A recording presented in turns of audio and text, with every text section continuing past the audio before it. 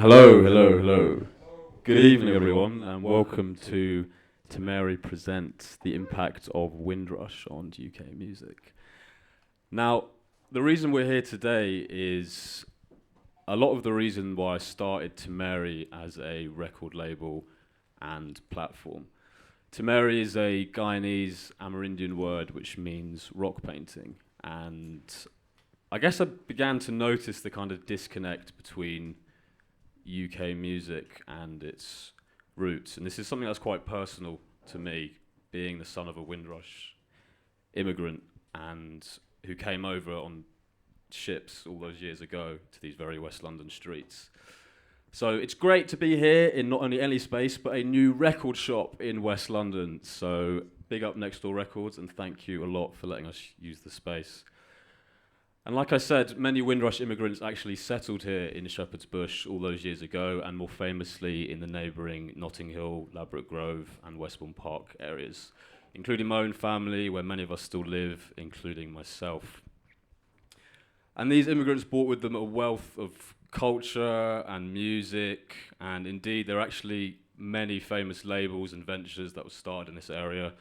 Greensleeves, to name one, Hawkeye, Pickering, Jetstar, and there's a real kind of history of music in this area, so it's great to be in Shepherd's Bush to speak about this.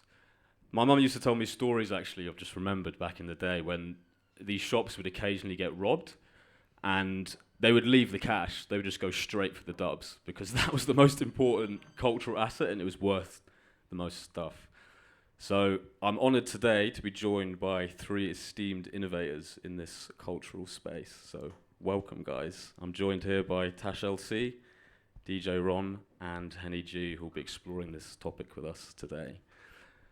So I guess I'd like to start with you, Ron. What does Windrush mean for you, both on a personal and musical level?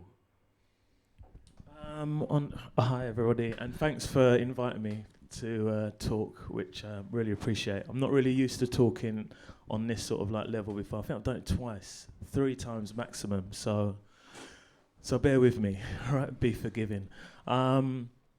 Windrush, I mean, funny enough, on the train, sorry for being late as well, but... It's all good. All right. On the train, Lizzie and I, we were speaking to a gentleman who was speaking about Windrush, and he was telling us about 2 other boats that came like weeks later that people don't speak about. I wrote them down. I don't know if you want to know about them, but it was just interesting to know that, again, you know, like media has had such an effect on like our information, even at such an early point, you know, where music has come across on just the Windrush, and we're here talking about just the Windrush, when in fact there were a number of other boats that came as well, carrying people from the Caribbean to the West Indies. Caribbean to the UK. Music-wise, my first experience actually of something similar to this was a friend of mine, Judah, came up with an idea a couple of years back, and when I was playing at Somerset House, and he came up with this idea of what migration, the impact of migration on music. And there was myself and a couple of other DJs who played there, and it was the first kind of time I really thought about it. So this is why I kind of like was interested in coming here today. And I think it's clear, you know, if you look across music in the UK now, nearly every genre. I mean, I can't think of a genre that migration hasn't affected. So that's the start. You know, like it goes without a doubt that it has an effect, but we can discuss it in more detail. Yeah, 100%. It's interesting how you say about people just remember the Windrush. Like my mother, for example, came on a ship called the Columbia, I think it was called. And there were there were hundreds of these ships, you know, it wasn't just the Windrush. It's just the Windrush was the first one, which is, well, the first one, so that's what people remember. But like you say, it was a real kind of continued thing of extended migration. I guess then, yeah, I want to open up the discussion to all of you, for, going on from Ron's point. How do we think that this migration of people from the Caribbean, West Indies, provided such fertile ground for the development of all the genres that we see today?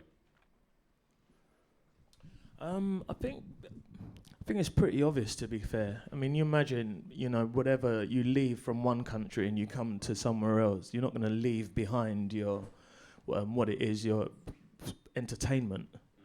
So your entertainment is music, and then you bring that, and then there's going to be people who are going to like that. I mean, with the utmost respect, I'm more known for playing jungle, and which then turned into drum and bass and all of the spring-offs off of that. But jungle was steeped in sampling culture, and in that sampling culture, I mean, although a lot of people, and even for myself, I'd agree that it was a lot of mostly reggae samples, but it was actually just samples. It was like taking a piece from something and making it into something else, and that is quite infectious because now you're hearing something that's new. And I think that happened when people from the Caribbean came. There were people in this country that heard something new, and so they were like, "Oh, that sounds all right," and I think you'll all agree that dancing and having a good time, it's like that's like international. It's not like you see somebody dancing and whatever, you're gonna dive in. So I think that was the very start of how people from the Caribbean started to affect music culture in this country by simply just appearing and just by them having a good time, and slowly people becoming a part of it. Yeah, I think it's that's going to ring true for a lot of things we talk about in this talk. And for example, dubstep, I guess, like Heny, you were involved quite a lot in that. And I think it's quite interesting. Dubstep is one of the few genres which explicitly references kind of a style of music, namely a West Indian style dub in its name. And what bearing do you think that this had on the kind of development of the genre? How did that play a part in the development of it? I mean, that's a great question because, I mean, dubstep is a form of music that just happened literally out of nowhere, during the early 2000s. And for me, it's incredible me sitting here next to DJ Ron because long before I had anything to do with dubstep music or grime or garage music for that matter, it was, one of the first genres of music that really stood out for me was jungle. Don't get me wrong, there was hip hop. I grew up on rare groove and soul and all those things. So you grow up and it's like your brain and your mind is just recording these things. When jungle music came about, it was amazing because it was like, wow, there's this type of music that has so many different influences.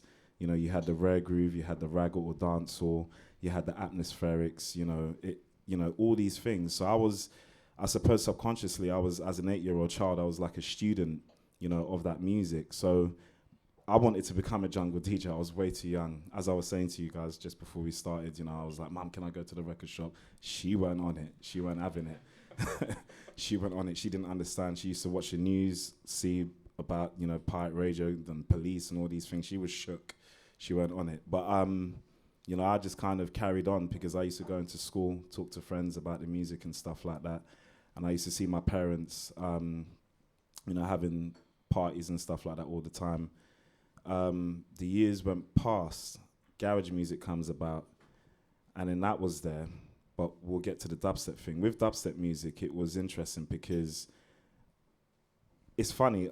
A lot of people argue amongst jungle and drum and bass. It's quite pathetic, really.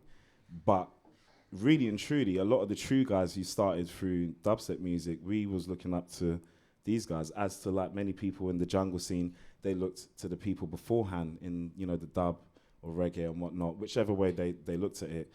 And I think for us, it was just a thing of expression. Some things happened by accident. I wouldn't say it was forced, but the dub element, it kind of came from really, I don't know, there was producers like Horsepower, Benny Hill.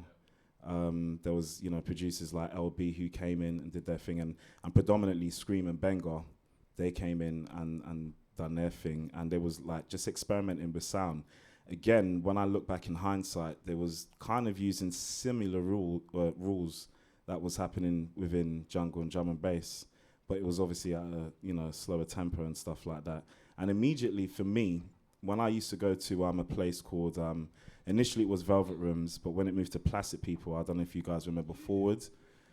That place, it changed my life, man. Honest to God. Mine too. Yeah, it really did. And I went to the very first one at Plastic People, and I actually went hand in hand. Well, not literally hand in hand, but with Youngster. I think I was 16 and he was just turning 17, and he was DJing at the very first one. And his sister, Sarah Soldier, as known as Sarah Lockhart, she was running the event. And there was all these DJs playing this style of music. And immediately for me, I had this connection of where this music came from.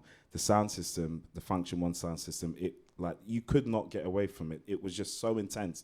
You literally felt everything. And it reminded me of the sound systems that I used to experience when I was going to Carnival as a young child. So there was like that instant connection.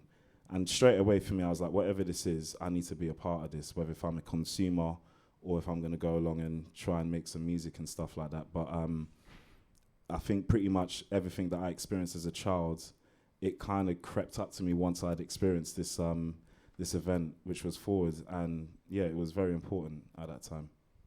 Yeah, it's interesting you mentioned the sound system. I think that's going to be a narrative in a lot of kind of things we talk about. A lot of things kind of can be traced back to sound system. I remember kind of going to DMZ and Forward, like you say. It literally was just a dark room with a huge sound system in it. And one red light. Yeah, I remember the red light. Yeah, that was basically it. And that is a direct descendant of sound system culture that was brought over from here, from the West Indies. And you mentioned about the kind of, I guess, consumption of music. What kind of people, what groups of people consuming and producing this kind of music?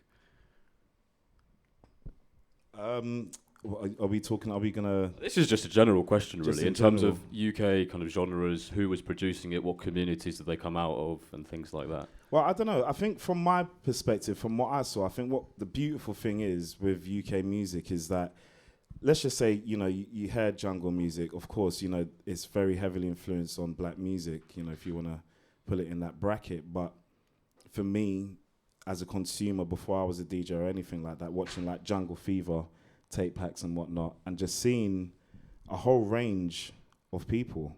Whereas beforehand, when I used to watch like kind of dub reggae, like tapes, like there would be like, these like sound systems that used to get recorded in Southall and, places like that all over London and the UK for that matter. But it was just predominantly like just the black community, But by the time when jungle had come about, by the time when UK garage came about here, and then obviously onto dubstep music and grime as well, it was very multicultural. I mean, I suppose you could say there was like, the majority. There was a lot of black people and whatnot.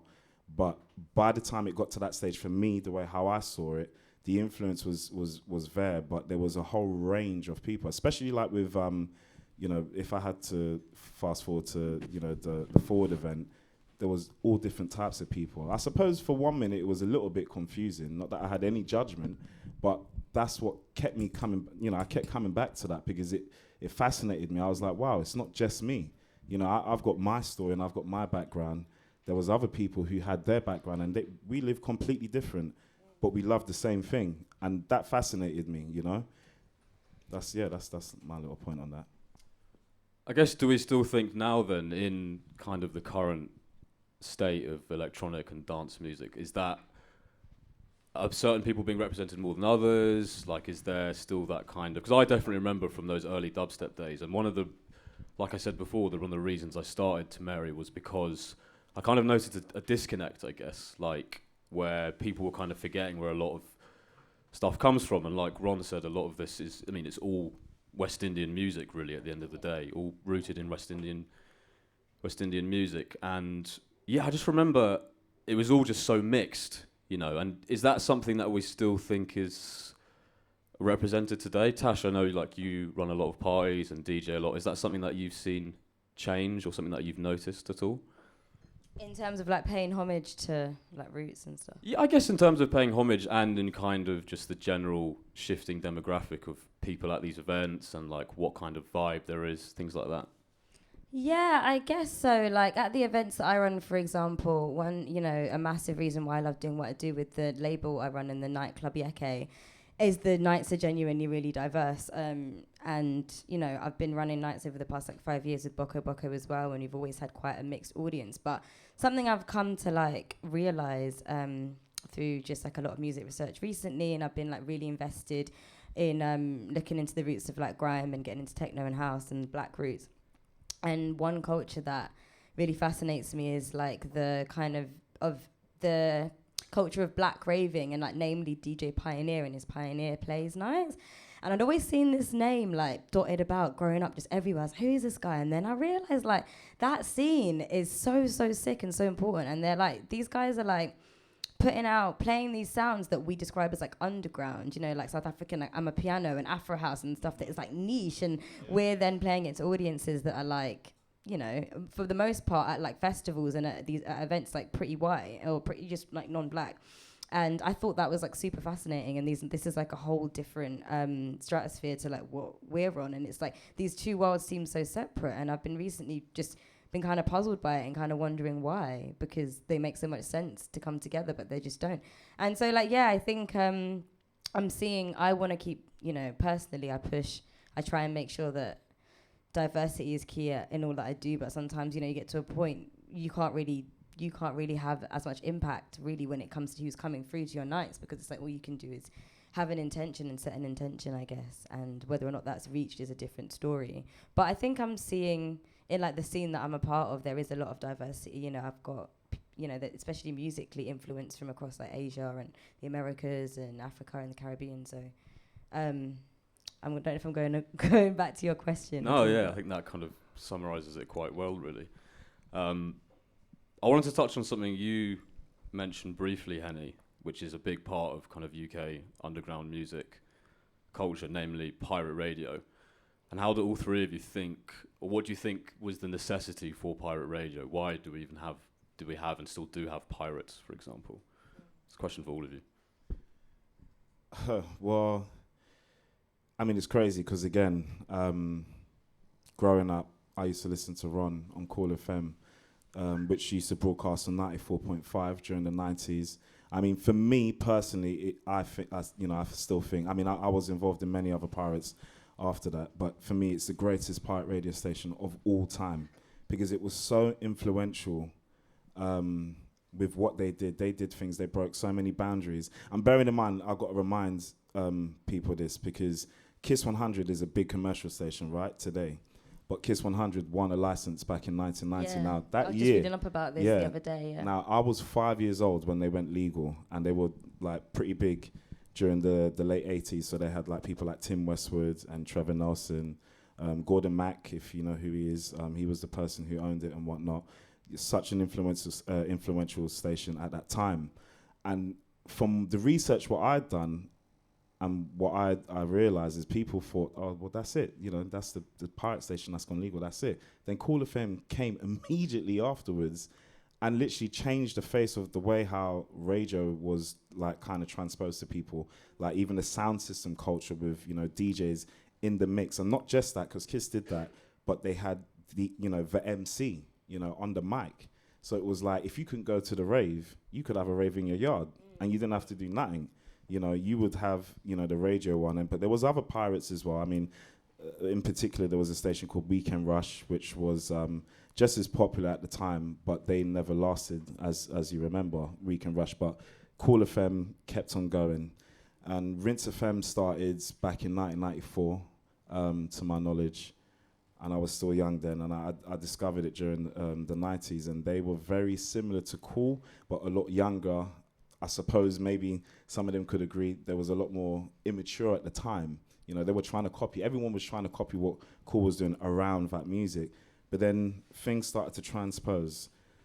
Around 95, 96, when I really heavily started to listen to pirate radio stations, UK Garage.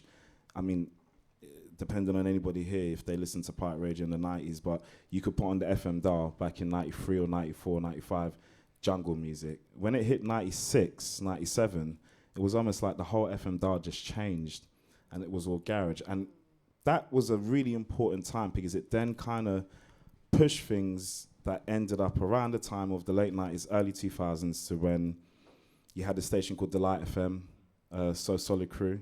So people might know them only just for 21 seconds. Let me tell you something. Back in 98, they used to play on a station called Supreme FM. They used to broadcast on 96.1. And it was weird because I used to listen to it and I was like, okay, they've got the same, like, the character of what I used to hear on Cool FM, but the music was different, you know what I mean? So you could hear that kind of, that black culture cutting through. It was still transposing through. So it was UK garage music. It was something that came from the US, but it was something that, you know, people in London predominantly was making it their own. But then the music started to get, you know, less melodic. It started to get a bit darker, all that kind of stuff. And that's where the kind of the fringes of where grime was really being created. Before it was even cool grime. You know, people used to call it like dark garage or grimy beats or whatever it was. And then that was the same era when Rinse FM really well and truly made its name. A lot of people might remember Rinse FM when they went legal. I think it was around 2010, 2011 or so, around that time, about 10 years ago. And I used to actually play on there a few years beforehand. But in 2000, 2001, Pay As You Go. Anybody remember Pay As You Go? Yeah. So Pay As You Go, DJ Slimzy, DJ Genius, Wiley, Major Ace, rest in peace, Maxwell D, God's Gift, those guys there, and I used to tune in, and it was crazy because So Solid, for me, I always used to think like they were the ones for the radio, but Pay As You Go, they just took it on to another level, and I was like, okay, whatever this is gonna turn into something else. Everybody knew that, you know what I mean?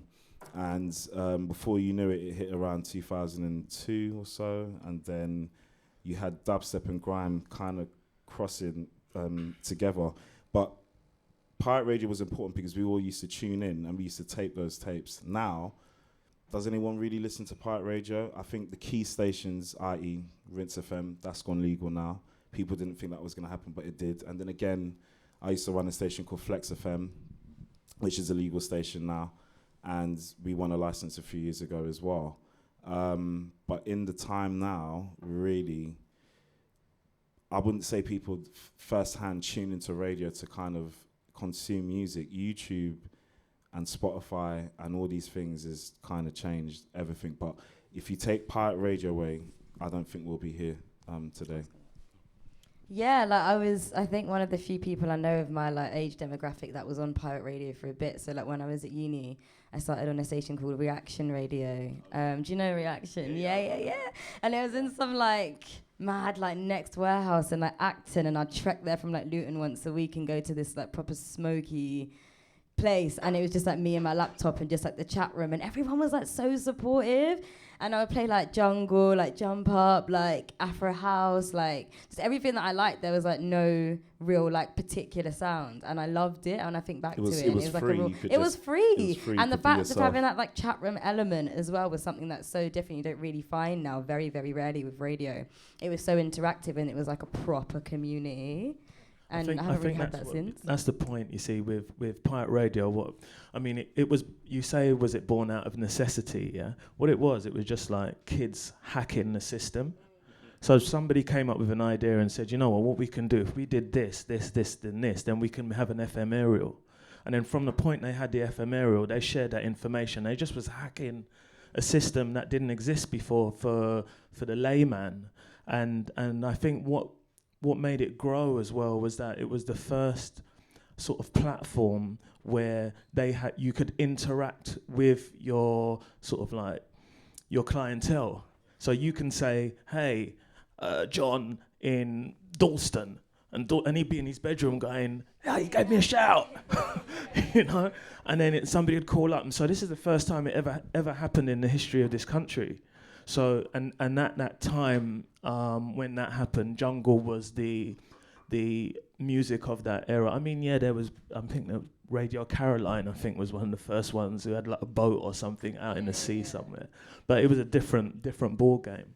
But you were saying earlier about the music and whatever, and I think that it's just an evolution. You were saying about demographic, and it's just an evolution. I've been fortunate enough that I've come through sound system culture, acid house, rave culture, and jungle culture. So I've been through those, and then from jungle, drum and bass, grime, garage, whatever order they came in, right to present day. So I've seen it all.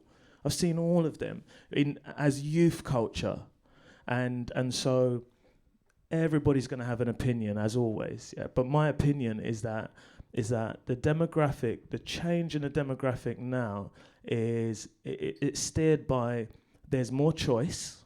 Yeah. So for example, when jungle was on, there was no grime, there was no garage, there was no nothing else that was black music that was high tempo. It didn't exist. There was nothing that you could say, okay, there was nothing you could go, okay, I like jungle, but I'm going to do... There was nothing else. If you were coming from sound system, acid house, and then jungle, so there was nothing else to do. Now, post-jungle, then you had garage. So now you're splitting the black culture. You're splitting the black youth. And then you got jungle, garage, dubstep. You're splitting them again. And so there's less and less people going. Not only that, you also have that in jungle that people are experimenting more. So I grew up listening to my mum's music. Yeah? I grew up listening to my mum's music. This is my theory, by the way. I'm not saying that it's a fact, right? But just hear me out. I grew up listening to my mum's music. So I listened to soul, R&B, reggae, and the rest. Yeah? Now, a child is growing up who might be a little bit, it's going to be younger than me or my child or whatever. He's not going to be listening to that all the time. He's going to be listening to electronic music. So he's going to be experimenting with other sounds.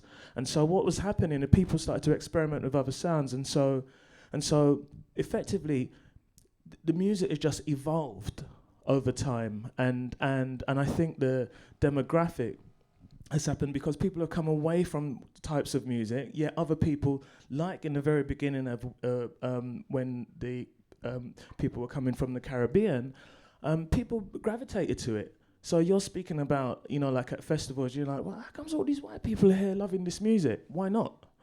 Do you know what I mean? Like if at that festival it's not predominantly black, then there's nothing wrong if then white people are going to be there raving to that music. And I think that there needs to be kind of like considered sometimes, Yeah, for sure. But I think that's also interesting you said about that split and that kind of veering off into maybe that also comes into play when I'm talking about the kind of black nights that exist, because that split's become like bigger and bigger and bigger in a lot of ways. Mm-hmm. Yeah, no, I agree. I mean, it is like that, and I don't think there's any right or wrong. If it would be different if... I'd say it would be wrong if we were saying, right, there were clubs now, which did happen in the past, but there were clubs now that were saying, right, you can't come in. You're black, you can't come in. But that's not happening. People are going there, they're going to listen to dubstep, they're going to listen to jungle or drum and bass because they just like it, and the demographic is split in that way simply because they've moved on to other things, But that's my opinion. Yeah, I mean, kind of leading on from what both of you two just said, I mean, when you really think about it, like even going to like hip hop music, I mean, NWA, that was like a big thing in the late 80s, early 90s and stuff. Gangster rap, that was the big thing. And I remember I used to see all like the news reports, all the documentaries and stuff like that. And in my mind, obviously, I'm here in the UK. In America, this music was like a big thing, and it's gangster rap. Literally 100% of it was all black people from all these ghettos and whatnot. But then what I then realized is these news reports, and they were saying, well, this music is kind of transposed over, because once it crosses over, it doesn't actually sell. The whole reason why the music crosses over is because it's not just staying in the black community; it goes everywhere. And it goes outside. The same thing, this happened 30 years ago, but the same thing is happening right now, with drill music. The last month or so, 6 weeks or so, we've had Heady One, just last week, he went to #1. There's Nines. I can guarantee you, you know, that music is not just set into a black community. It's crossed over. So I think what I think many of us could learn is that if something comes from a community, a close community, whether if it's multicultural, whether it's just predominantly from, you know, the black community, but at some point when you do start selling records or you start streaming loads or whatever, you know, it's always going to go outside. But then again, when something stays underground, more people hear about it, and then it transposes onto other people, it spreads. But I just kind of feel like maybe, I mean, it's difficult for me to talk on the dubstep scene, because the dubstep scene musically 100%, you know, there's you know, a mad portion of, you know, black influence. But where the music, I mean, I could even say dubstep to, you know, the average person, they won't even think it's anything to do with dub music. They think it's all noise and, like, you know, no disrespect to anybody or anything, but there's, you know, people like Skrillex and Nero and all these kind of stuff. And that has nothing to do with dub music. It's got nothing to do with, you know, but again, it's just the way how people perceive things and the way how they progress onwards. But many promoters or many event organizers or people that do documentaries and stuff, sometimes it is a little bit, I wouldn't say annoying, but it's just something that, you know, they have this like kind of this nature of kind of forgetting where things come from. But it's about the essence, and there's going to be a certain type of person or an entourage, like we were saying earlier, to kind of keep that going and to kind of remind people where this comes from. But there's always going to be another generation that's going to come in, and they're going to put their input into things and whatnot. But, you know, the majority of all the genres that we've had, you know, jungle music, you know, garage and grime and dubstep, those things, it has come from, you know, the black community. I guess, yeah, leading on from that, how do we think the explosion of this, well, black music into wider communities, how has that affected, I guess, the originators of the culture, aka black people? Yeah, what do we think about that? Now we're getting into it. Right? Now we're getting into it. Because, you see, okay, so, because it's about business as well. You know, it's about business, and it's about opportunity, and it's about managing that as well. And in my experience, certainly, in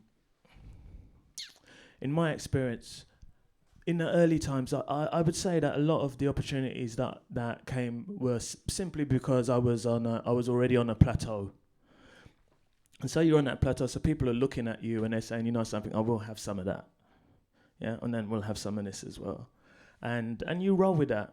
And I think it still happens today. I know it still happens today. I don't think it's part to do black or white, but I still think that young people, somebody comes along, gives them a record deal, but you don't have that sort of, it's never happened to you before. You know, here you are, you're from like a city street, you know, and then all of a sudden somebody goes, here's I mean, in the 90s or whenever it was, they might say, here's 100 grand. Right, we need this from you, and we need that from you, and we need this from you, and you think you're a baller at that time. You never seen anything like it, and I think that overall, people who have gone on to do really well are people who have had like a support network, and that support network is to kind of guide them through this sort of like minefield of success. Actually, you know. I mean, how many stories do we know of people who have had relative success and now they're working at Tesco's? Nothing wrong with working at Tesco's, by the way. But my point is that what happened, why they didn't continuously go on to be successful. And yeah, so in my experience, not just my own personal one, but also from those of other people who I know, it's having a support network. Now that support network's there now. You know, I mean, so half of the time, before people even get into the business, they know how to manipulate it already. So there's a young kid somewhere, 15 years old. He knows the basic plots of sort of like the basic movements towards, running a small record label. Basic movements towards making music videos from himself and promoting himself. Back in the day, you didn't have that. So the successes that you see nowadays, they're formed off the back of continued sort of like management, good management, business acumen, being professional, but still, you're still a rock star. So you still, but somebody managing you being a rock star, and that's my view on it. That's my view on it. Now, I'm not sure whether that answers your question because then is there a disparity between those who have been successful via their demographic? I think if you look based on the example that I've just given, you can look at them. There's like some big stars, the biggest stars that are across both across every demographic, but certainly black and white. So, but yeah, that's my sort of like view. I guess how do we think? An interesting thought I had recently was a lot of, I guess, the development of kind of UK music and this continuum of genres that we've been talking about happened in a pre-internet age. What bearing do you guys think the internet has had on this type of stuff? I know, Ron, you just said a kid can go and start a record label, probably because he can look it up on Google and just see immediately how to do it, whereas before it wasn't like that. So what bearing do we think the internet has had on the development of the culture in this way? That's a really good question. I mean, I think if you look at the grime scene in particular, and if you look at what's happening in I don't know, I really don't like that word urban. I don't know why. I hate using that word, but people use the words, the media uses the word especially. I would like to think that with the success of what's happening with the UK scene now, like with rap or drill or all that kind of stuff, really, I think my generation in particular, and especially the younger generation coming up, they've looked at the past and they've seen all the mistakes. You understand what I'm saying? So it's like people want ownership of things. It's like, do you know what? I haven't seen anybody own this and have a real hold on it, So there's a lot of mistakes that happened before in the past. People are learning from that. I mean, even for me as an artist, myself, there's so many things, so many opportunities I had back in around between 2007 to 2013.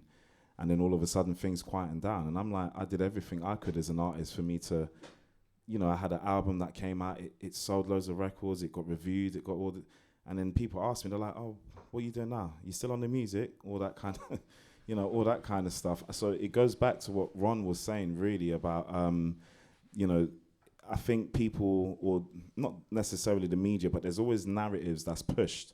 So it doesn't matter how great you are as an artist, it doesn't matter how much integrity you have and where you're coming from, people always pick and choose as to who they kind of support, I got a view about the internet as well, right? Bearing in mind that, I'd say fortunate that I've been able to come from a point where before CDs existed, yeah, let alone MP3s, let alone the internet, in that respect anyway, yeah. So then I remember the panic in everyone's faces when CDs came out, and they were just like, "This it? It's the end of the music business. That's it. It's over." And then it was like, "Oh, it's not bad. Actually, we can still work it out." And then it was like, "Oh, they're selling this, and then there's this, and there's that," and it was like. What's happened with the internet is an interesting kind of conundrum, actually, because although it's enabled people to have more opportunity to get out there and make themselves known, that means now there are more people trying to do it. And because there are more people trying to do it, it means that it's diluting or perhaps making it less possible for you to get there. So you can get there, but now you've got millions of other people doing exactly what you're doing. And I think that the internet, in that respect, in terms of breaking you, poses that sort of challenge. But overall, I think it's brilliant. Would you do without it? Do you guys think there was a lot more ingenuity before then? What do you mean by ingenuity? I don't know, just a lot more originality, like a lot more space to need to be creative than before. Do you know what? I think really what it is, again, going back so kind of answering that question, again, the generation that is existing right now, with the internet, that's the opportunity. Because really and truly, all you need is a phone. All you need is a phone. You can hold your phone up, music video, bang, it's online. But it's not just that. I think what people, because, there's a lot of, back in the day when if you came from the jungle scene or the garage scene, dubstep scene, and then all of a sudden the majors would come around and a certain man would start getting deals, make the P, then they're gone, and that's it. Whereas what these guys are doing now, what I've noticed is that they're building a team around them. And they've got their this person, their that person, their this person, and then they make it happen independently, So I think that's one of the reasons why things, I would say, has changed. As going back to what we mentioned about pirate radio, because pirate radio, with jungle music or grime or dubstep or whatever, you had to go through a pirate radio station first. Stormzy is one of the biggest artists that we've had in a very long time for what he does. He didn't directly come through pirate radio. So that says something. So I think, I don't know, and I know he's got a good team around him. I don't know them, but from what I hear, through the grapevine and stuff, there's a great team. So again, I think the younger generation utilizes the internet and the knowledge that because remember, before, when you was in school, in my time, I would have to wait till 10 o'clock on a school night to tape on VHS a documentary to watch LTJ Bookham about his thing. Whereas now, you see what I'm saying? But now, you just type anything on YouTube and the information is there. And then people utilize that and they run away with it. So one of my favorite, to follow on from that as well, one of my favorite stories is GRM Daily, and they've got a documentary out at the moment talking about their story, and Posty talking about how he started it and stuff. And I grew up kind of in that Channel U era. GRM Daily was starting out, but I wasn't really aware of it. But Channel U was just like a complete I think that was the start of when things started to change. Yeah, really. that felt really like the start. And even though I it. wasn't really conscious of what was going on before that, that must have been the start in a lot of ways. And reading this and watching about this story has been super fascinating to me, because that was the phone era. People were starting to use their Samsungs and their Nokias and filming really fuzzy footage. But it was your Kano and Skepta doing early freestyles and stuff, and that was real shit. And I'm like, wow. And then seeing their growth to me is a brilliant example of how they've stayed true to themselves, but that has grown and grown and grown into the platform that it is now, and I rate that so much. Yeah, I think those guys they are good examples, and kind of it resonates in a way with what I was saying before, because you imagine, think about from where they were then to where they are now. Yeah, it's amazing. It's and incredible. The length of time that it's taken from that to that, without completely dropping out. They've been able to sustain Expansion, it, even if they've just been hanging on right until the moment when it just kicks in, and they've made it.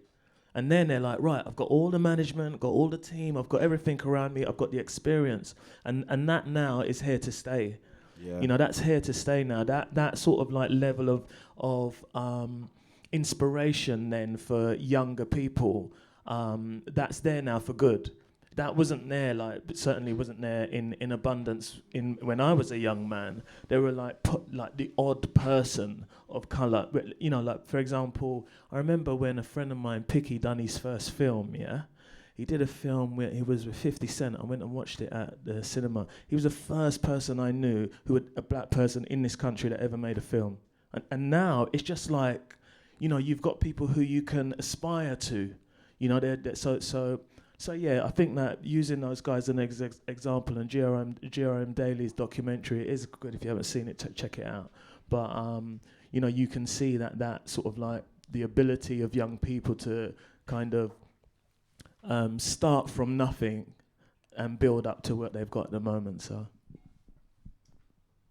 yeah, so I guess to kind of summarise in that view, the internet has actually been able to foster a lot of community that wasn't there before, because people wouldn't have had that kind of opportunity. I guess speaking about bringing people together, one area that I'd like to touch on is venues. So I mean, I know, Ron, you played in town halls and things back in the day, and this was kind of a a done thing. Like when many West Indians came over, like, you know, clubs, they're not built for sound system. Like that wasn't a thing, you know. It was, like you say, something new that was brought to this country. And yeah, I guess just I want to talk a bit about that. What was your experience like playing in kind of those type of venues? Because it's something that you don't really get so much anymore, I guess. Maybe you used to get a few things in Southall in the community centre there. Acton Town Hall down the road definitely used to be a venue. Yeah, what was your experience like in those kind of times? Interestingly, you know, the first time I ever DJ'd was in a house. So just to give you some context about sound system culture, is that people would bring their own speakers. They'd be like, I'm not sure if it'd be either someone's house or a derelict house, but there'd be a house. And it's only now that I say to myself, what about the neighbours? It's only now I say that's that. That's mum ringing in the head, like you know what I mean? What about the neighbours? But anyway, that was then, yeah. So there was the house, yeah. And then in terms of like halls, it's better to look at them as halls rather than look at it as a town hall or a. I mean, I played at a place with Rebel MC. His name Mike West at the time. He wasn't called Rebel MC. He's now called Conga Nutty, and he booked me to play alongside my hero at the time. Like, he was my hero. Like, I used to stand by the decks and watch a DJ called DJ Master MC from Rap Attack. And for your information, he was the first person without any doubt who had Techniques decks in this country, without a shadow of a doubt. And he was the first person I ever saw live mix. He was the first person I ever saw do tricks like live, and I'd be like glued to the decks whenever he played out.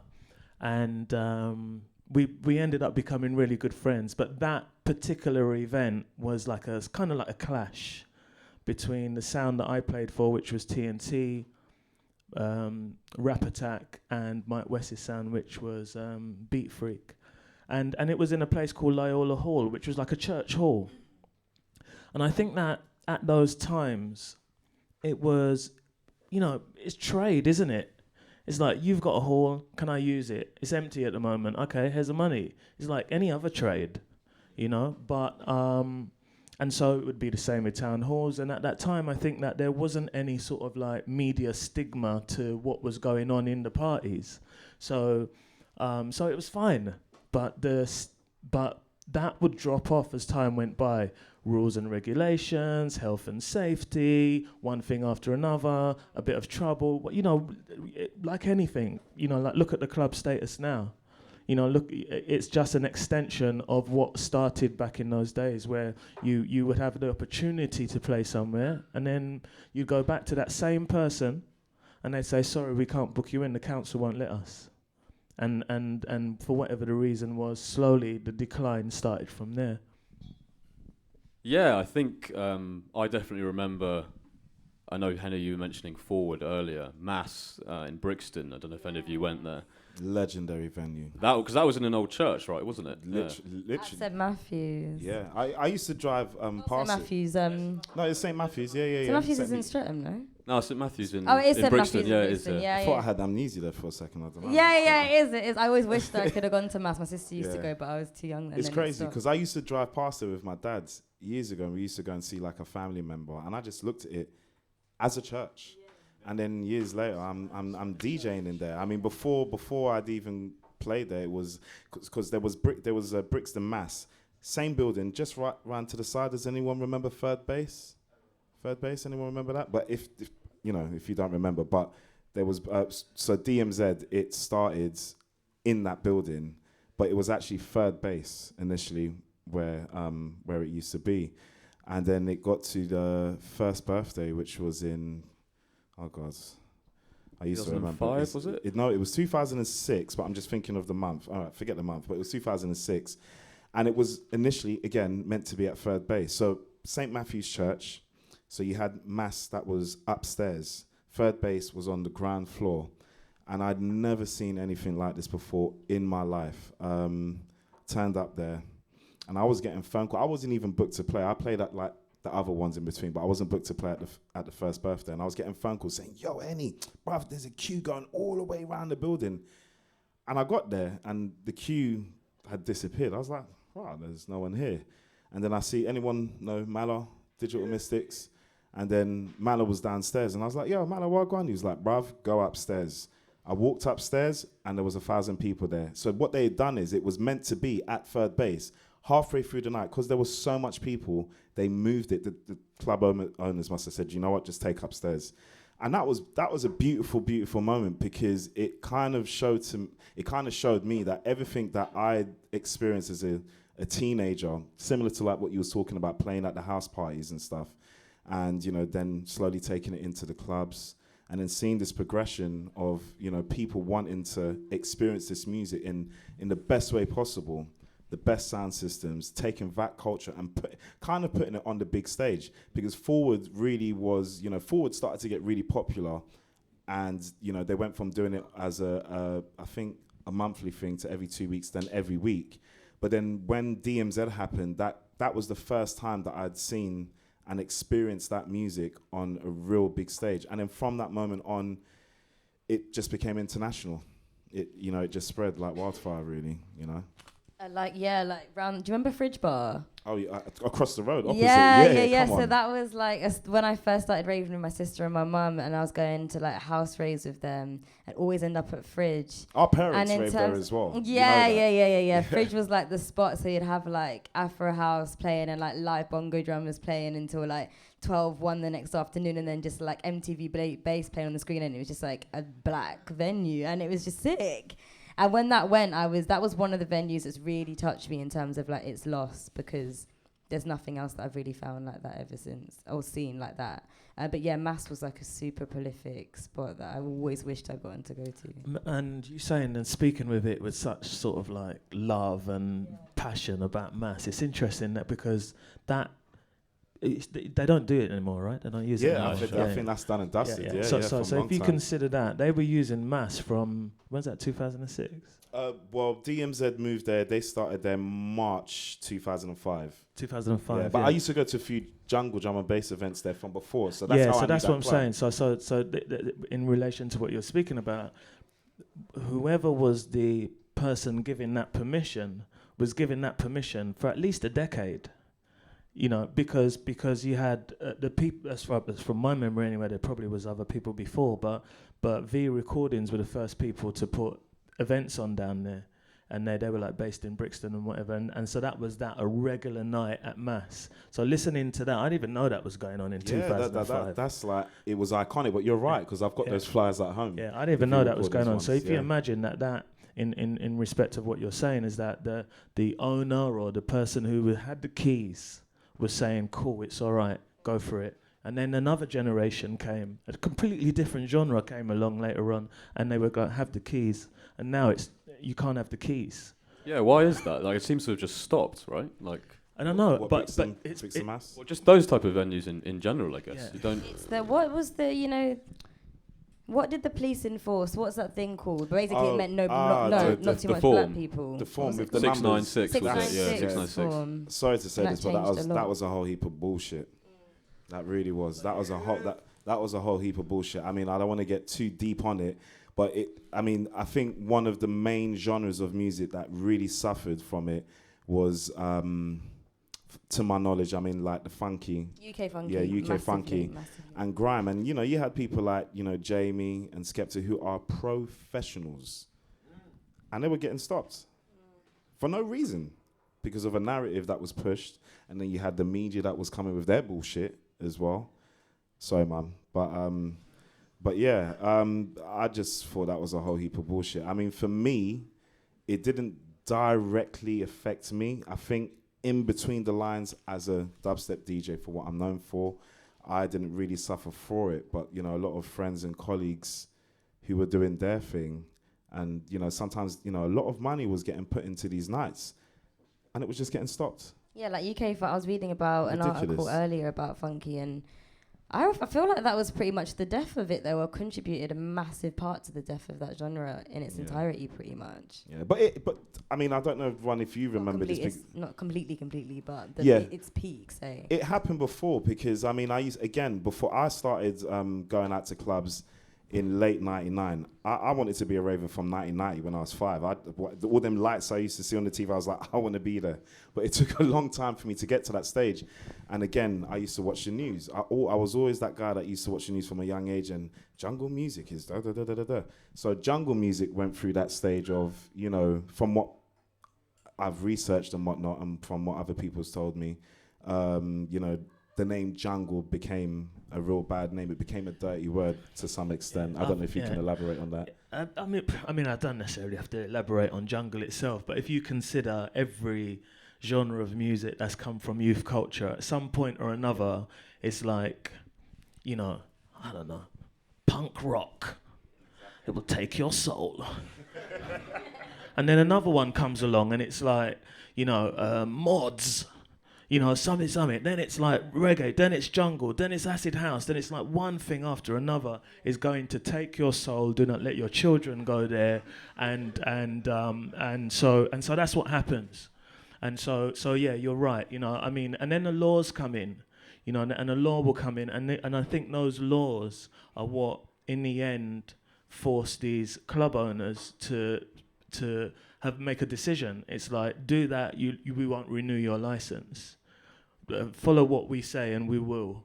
And slowly but surely the decline of the clubs and the availability brings it to like where we are at the moment, which you know, like then you've got like you literally you're just recycling the same venue like for different different events, whereas before it would the one of the joys of clubbing would be that you'd have a number of different venues that you can go to, which it's become a lot rarer now. I kind of feel like dubstep, exactly what you was just saying there, I mean, it wasn't necessarily just dubstep, because Forward wasn't just a dubstep night. I mean, if you look at like the early flyers, and it was like, you know, blips, experimental, dubstep, grime, whatever. It was just experimental underground music. And you had like, to my knowledge, from what I can definitely remember, I used to go to like Coliseum and Gas Club, those places like that. As a young, I was way too young to be in there, but I was in there. And all of a sudden, these venues just started to just stop putting garage in there. Like again, you know, with what happened with Jungle, the same thing happened with garage. So it was weird because I'd never really been to Shoreditch before. And then Placid People was this venue I'd never heard about. And the thing is, because dubstep wasn't a name that people knew, you could get away with it. So you could kind of take like the mottos of what happened before and put it in there, but it was on a much more smaller scale. So what would happen is you would have this genre of music that existed before. It got really, really big, loads of money been made. And then that gets shut down. But then something small starts again, and then that kind of grows. And I remember, I was like, okay, it's been 4 or 5 years now. When is someone going to shoot up the place? Because I ain't seen shit. Like, do you know what I mean? No, seriously, it was like that, because that was the story that went round and round and round. All, you know, it happened all the time. And that scene, it was the first time that didn't happen. Again, you had a mixture of people that was in there, but things did start to change. But if I have to fast forward on to now, it's really sad to see what is happening with the clubs. Someone the other day posted, you know, all these clubs like SE1 Club and all this kind of stuff. And then someone put, there's only one of them open, which is Fabric, you know. And, you know, this culture which had started from, you know, the late 70s, you know, all the way through the 80s and right up until now, to see, I mean, I don't even know why people listen to the government, because let's get real, when have they ever been right? They've never been right. Amen to that. You know, everyone's all panicking and like, oh my God, like they're gonna shut down this world. Crack on, because my brain is going back to 1989. You know what I mean? I was alive then. I wasn't living, you know, the adult life, but through, you know, history and knowledge and stuff like that, you know, they had their time where, you know, the government was really trying to shut things down. Well, you do that and we'll bark. Will bark. That's what will happen. So I'm very intrigued to see as to how the future maps out. And I think with the culture that, you know, has transposed again. I don't want to just say from my time or Ron's time, but it's from the 70s. That energy is still there. You know what I mean? And the thing is, with the kids now, it's very easy for them to access. You know, sometimes you could be a little bit ignorant as a teenager and whatnot, but then as you grow, you want to dig a little bit deeper, and people research, and they're like, "Right, is that what that man was doing from back in it?" And then they have their chest out, and then they're not going to let the powers that be above hold anybody down. So, yeah. Yeah, I think that's quite a good note and powerful speech to end things on. Yeah, I'd just like to get a round of applause for the amazing two speakers, Heny, Ron and Tash here.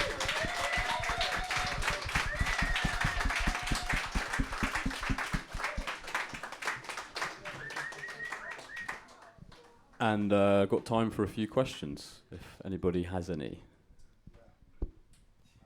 I produce music, and most of the music I like is all black music. Where do you think, is there like a line where lots of white people taking black music, and does it become cultural appropriation, or is it just like, because I've been accused of that for like taking a drum beat from somewhere. Can I ask you a question? Do you feel it deep in your heart? Well, I mean, I do. That's all that fucking matters. That's all that matters. If you feel it in your heart, and you know what? And I'm saying this because I'm actually transposing something that oh God, who am I talking about? From Cool FM, 5-0. And I met 5-0 is like one of my heroes. I used to listen to him all the time on Call FM, and he said something to me because I felt, because you know I call myself a child of jungle, and I still to this day I feel like I'm a child of jungle, and I was like, you know, just telling him the way how I feel, and then he just said back to me, if you feel it in your heart, that's it. So for you, it doesn't matter about what anybody else says or if they're gonna cloud your judgment. If you feel it in your heart and the integrity is there, that's all that matters from my perspective. Yeah, for sure. I mean, like, the appropriation conversation can get, you know, it's happening a lot recently, and it gets very complex. Like, as an example, recently, over the past 10 years-ish, there's a genre called from South Africa, and it's amazing. And there's some people in the UK really love it. There's a bubbling scene here, and people are starting to kind of coin it UK and I was like, how do I feel about that? Because it's a South African thing. I think there's so much like giving and taking and sharing, like within the diaspora and within each other. It's like, where do we draw those lines and say, okay, that's not allowed to be borrowed by us because it's South African explicitly, but it's still black, you know? And I think, as you said, if you feel something in your heart, but for me, the music that I play and the music that I love, most of it is first and foremost in a language I don't even understand. Like, a lot of the music I play is Portuguese. I love Portuguese music from like back in the day, from now, like modern electronic stuff. I don't understand it linguistically, but like, I love the beat, and what I do is I just research because I'm interested in the history and the context, and I do that just off my own back because I want to know more. And so for me, it's like I can sit comfortably knowing that like I'm trying to actively understand this culture, understand this music. So, you know, I'm sure I'm going to play it, and I'm going to enjoy it, and I'm going to make it, and I'm going to share it with people and like give my take on this music because I love it, and music is there to be shared, and culture is there to be shared and understood, and there's so much beauty to be found in access and giving and taking and sharing, in my opinion. Because it's a universal thing, isn't it, really, music, ultimately. I mean, you know, we can all sit here, and I think if something's created, you know, the one thing I've always seen is that people eventually like to delete things. They like to delete history. So I think if anybody's going to get into something, it's always good to pay respect and pay homage to what has been created from the past and whatnot. But at the end of the day, I mean, I was having this conversation with someone a little while ago, and, you know, they were performing, and I think it was like a Japanese crowd or something like that, and they don't speak English, the crowd that was there, but yet they were singing and saying everything word for word. Like, how beautiful is that? It's beautiful, man. So it's a universal thing. So again, it's like, as a creative or an artist, you know, it breaks my heart to kind of, you know, for you to even ask that question. You know, that's why I asked you, if you feel it in your heart, that's all that matters. But for you to have that anxiety of, because if you feel it, but you're like, oh, shall I jump? Nah, do your thing, man. That's it. At the back there, yeah. Kind of related, I had so many things I wanted to jump in on, but it was something from earlier, just related to who kind of benefits more about, for me personally, it's not necessarily appropriation, it's about who benefits. And my question, as older people in music, which is amazing to see, how do you feel about longevity? Because you're chatting a lot about like people, the younger people and the teams that they have, and a lot of it, to be honest, is a bit of an illusion. Like most of them are signed to publishing deals, and rah. So actually, it's not them that get it, and then it's a roster. It's just a constant churning wheel of the next people that come through. So once you get to the age of 29, 30, and you're a black artist or whatever, you find yourself in a position where actually you're not part of the structure that benefits off your. I went through it, bro. Yeah. Real talk. I'm in it right now. Yeah. So my question, kind of comment on the last thing as well is, how do you feel your longevity has manifested itself? Because you're still here, you're still talking, you don't seem too bitter. I know a lot bitter. Oh man. And because it's hard, and I guess also related to the thing about venues is that kind of medium, that mode of creating revenue is dead, like pretty much. Like let's be honest, it was already out of the way, and now we're in the situation that we're in, so that doesn't exist anymore. So yeah, longevity. How do you feel about it? How have you? That's such a great question. It really is. You know what? I've been doing this music thing for about 20 years now. It's crazy to even think that I'm 34. I turned 35 in December, and my career has like spanned over. Like it's weird because I'm a bit of a jack of all trades. People either know me as a DJ, or they know me as a producer, or they know me as the man that used to put up aerials doing pirate radio, or they know me as the guy that used to work at Black Market or Uptown Records and whatnot. I just love music, and I'm not gonna lie, this whole dubstep thing kind of blew up very quickly. I was a part of that right at the start. You know, I was very young. To be honest with you, I was a bit of a child, really. You know, you go into this thing in a vulnerable state, and you know you're quite gullible to some extent, and things happen, and people rip you off, and all this kind of stuff. I always get told, I don't like this because I think the word that gets used way too much, but people come up to me and say, oh, you're a legend, you're this, and I'm like, I ain't done shit, I ain't done nothing, I ain't done anything. And that's what I've realized even more as time goes by, you know. What's happening, Ben? And I don't know, I've Legend. I've had moments. I've got to say this now. Answering your question, I've had moments where, you know, someone said something and they were like, with all this like government stuff going on now, and they're saying they're not supporting DJs and whatnot. Oh, DJs are quitting. Well, who quits? I don't know. Like people go through life. You have kids. You have priorities and all that kind of stuff. And for me, I'm not where I was when I was 21, but you know, the heart and soul is still there. So I'm just like, do you know what? I'm still. If you think to yourself, you've made it or you've done what you've done and that's it, then you're never going to move forward. It all depends on who you are. If you've got it in your heart and if you believe in what you do, it does not matter if someone tells you no a million times. You will get there, you know, because I had that drive as a youngster. And again, looking at, you know, people from Ron's generation and even the generation that exists now, they inspire me. So I think it's a mixture of things that comes into the middle where you kind of assess, okay, well, how serious are you about, you know, you doing what you're doing? Of course, there's going to be people that are going to come in and they will take from what you create. But do you know what? I don't know if it's human nature, but it just happens in any form of life, whether if it's in the music industry or the bread industry or the avocado industry, it just happens. You just have to believe in you. And that's that really, you know. I'm not done anyways. I've had a lot of bad experiences, but you just have to keep on doing what you're doing. Really. About the benefiting, yeah? I go back to this kind of like evolution, yeah? Like there's systems in place, number of different systems. It doesn't have to be music business, it could be anything. And these systems are set up and people benefit from them, exploiting other people. It's just how it's been. But as time goes on, there's some systems you can't break and there's some that you can break. There's some you can break the code, yeah? And that is happening. You know, without a doubt, that's happening now because there are people who are not going to sign their publishing. There are people who understand the business and understand that, okay, I'm not going to do that for that because you're going to benefit from me. So as time goes on, it will continue to manifest in that way. And people will still sign their publishing away. and people will still do bad deals.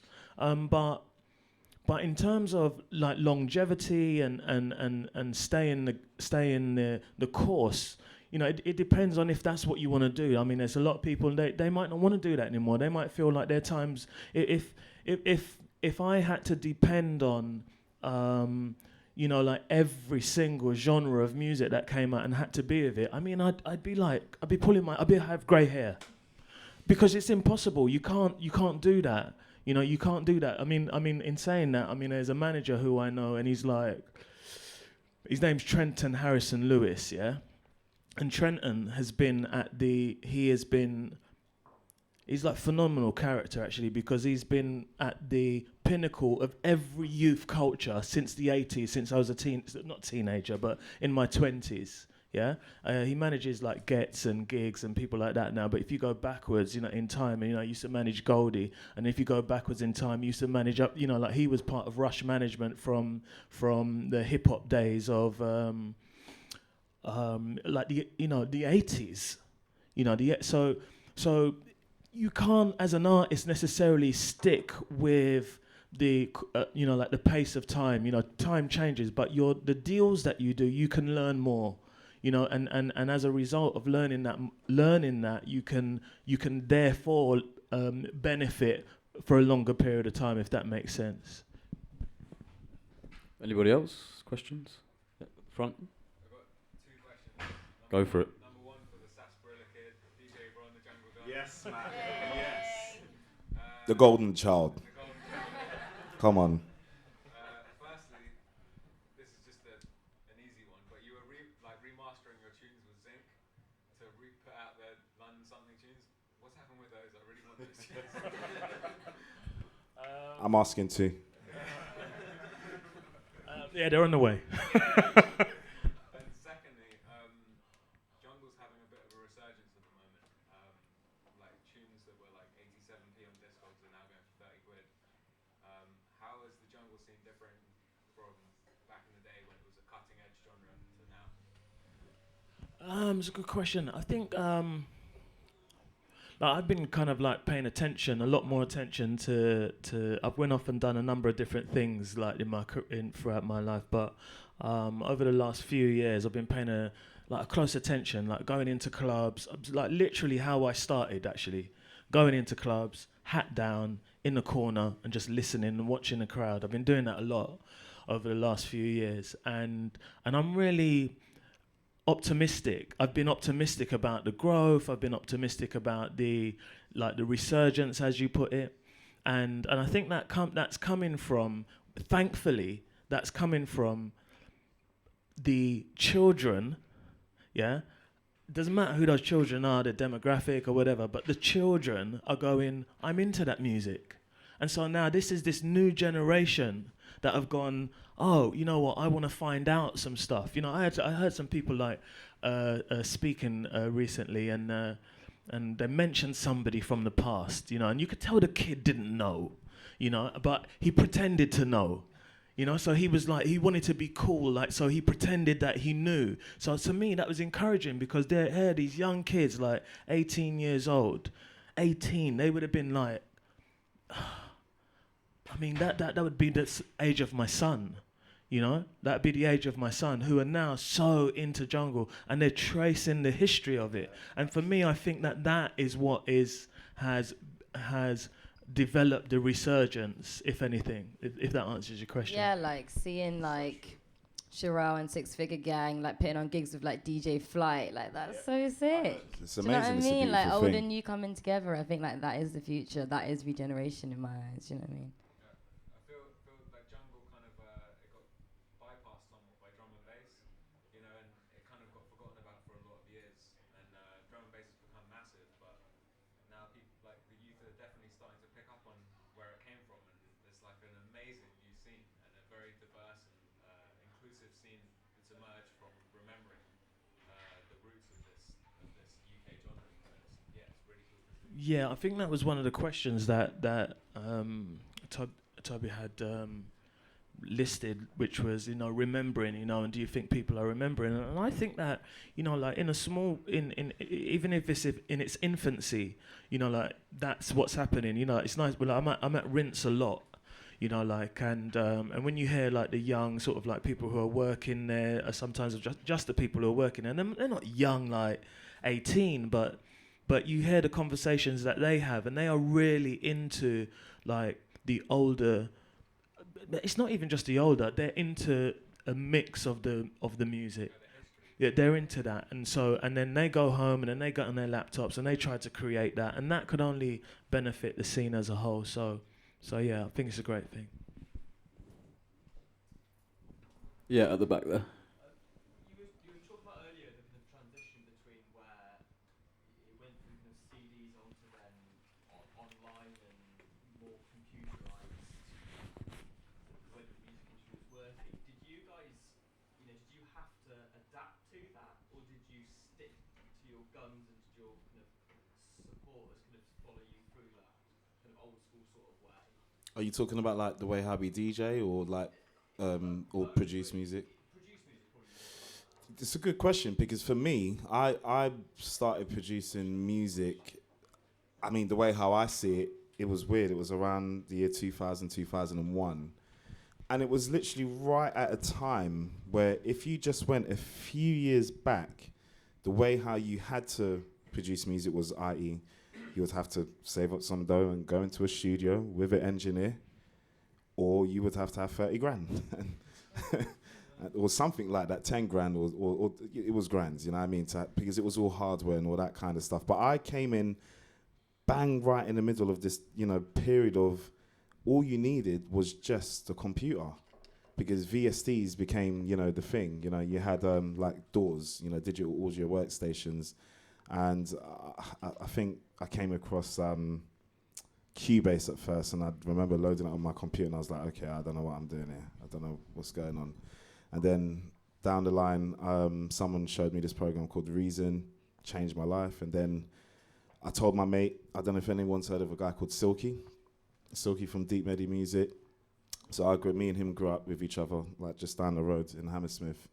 And we were both DJing, and then I told him about this program Reason, and then he just disappeared for 3 months. And then I saw him, and he was like, yeah, I'm making beats. And then I was like, what are you making beats on?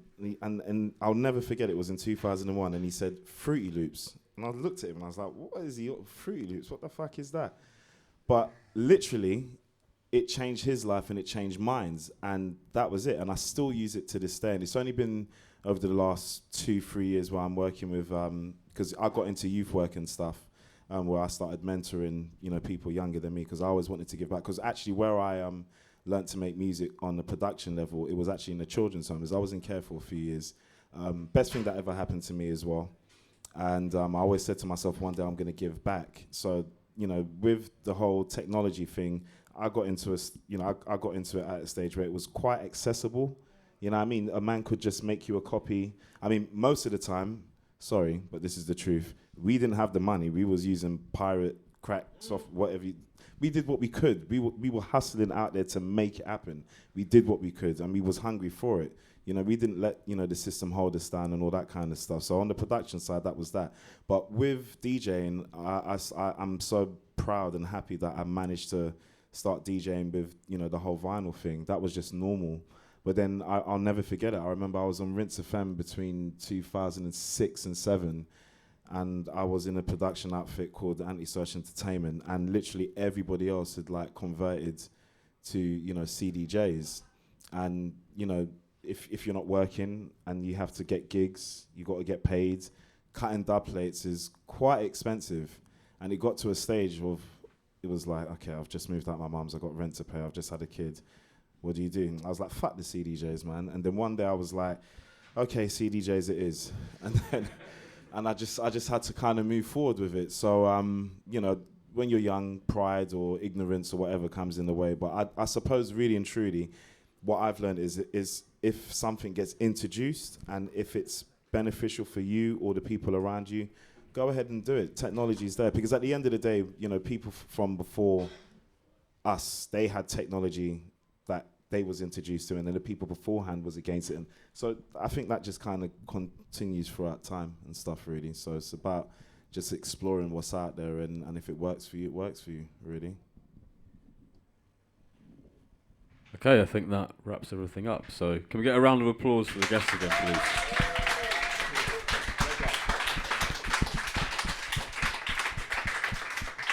But yeah, thank you all for coming. Stick around, there'll be some music from some of us afterwards. And yeah, go follow Timehri Records on Instagram for more events.